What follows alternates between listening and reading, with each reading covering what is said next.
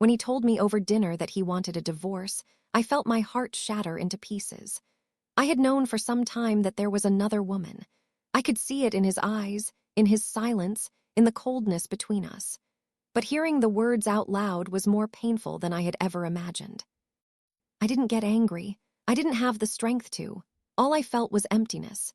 He offered me the house, the car, part of his business, but none of it mattered.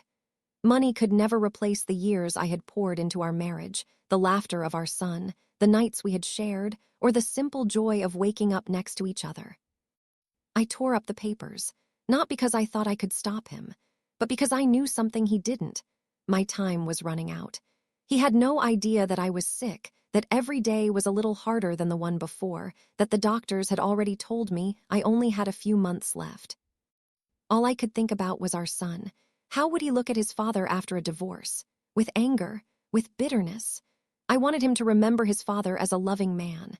I wanted his childhood to feel whole, even as mine was slipping away. That's why I came up with my strange request. Just one more month.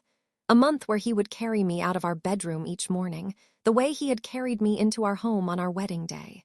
For our son, it would be a game.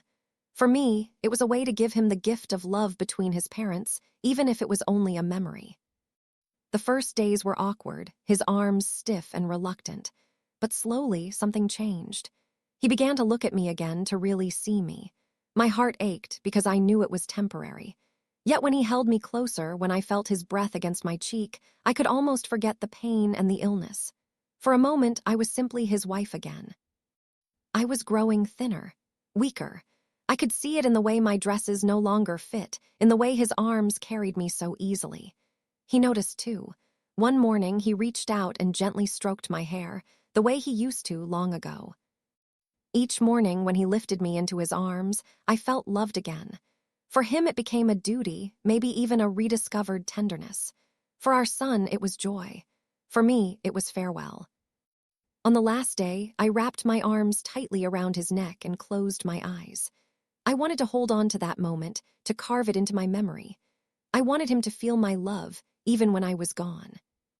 That evening, I could no longer wake up. I left this world peacefully, knowing that for a short while, he had remembered what it meant to be a husband, knowing that our son would remember his father as strong and loving. I gave him everything I had, my years, my strength, my heart. And if he learned that happiness doesn't come from money or houses or fleeting passions, but from small acts of love and tenderness, then my sacrifice was not in vain.